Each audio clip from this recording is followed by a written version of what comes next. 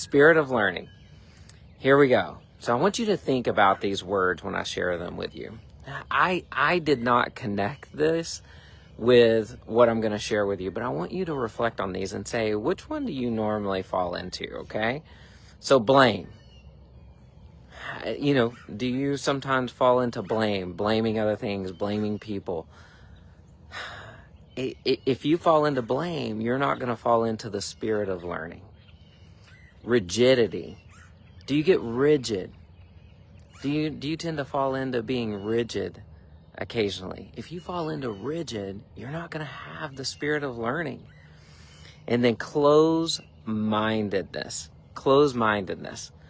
If you're close-mindedness and you have closed mind around other things and the way other people believe, the way other people behave, the way other people do things, man, it's just going to it will not result in the spirit of learning. And then insecurity. This blew me away when I started learning this. Insecurity and how it ties to what the spirit of learning is. When we're insecure, we won't learn as much because the focus is more on ourselves. And then isolation.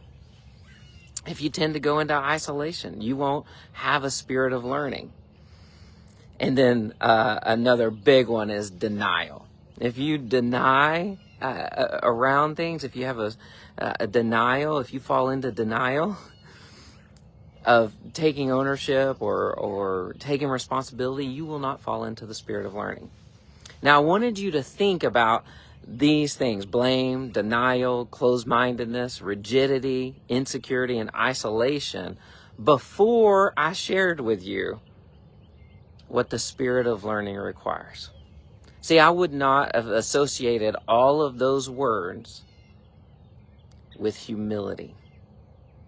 Because without humility, you will not have the spirit of learning. And I did not associate blame, denial, closed-mindedness, rigidity, insecurity, and isolation with pride.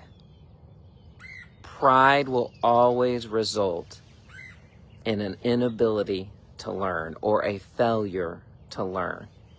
And pride, it's a hard thing for us to really take on and own, is this what pride will result in.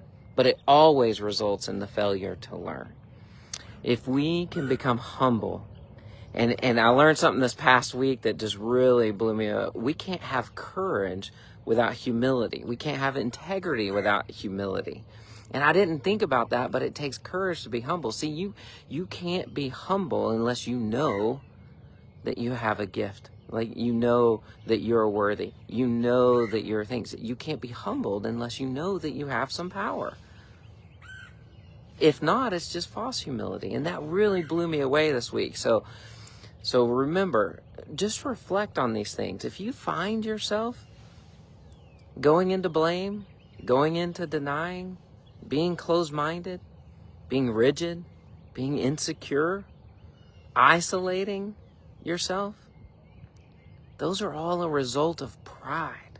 And pride always results in a failure to learn. So we've got to work on identifying that, and so we can humble ourselves so that we can learn. Sometimes we win, sometimes we lose, and a lot of people stay in the losing. We want to change that to sometimes we win, sometimes we learn. And we'll learn by staying humble. I hope that this has helped a little bit today on the reflections on what always results in a failure to learn, and that is pride.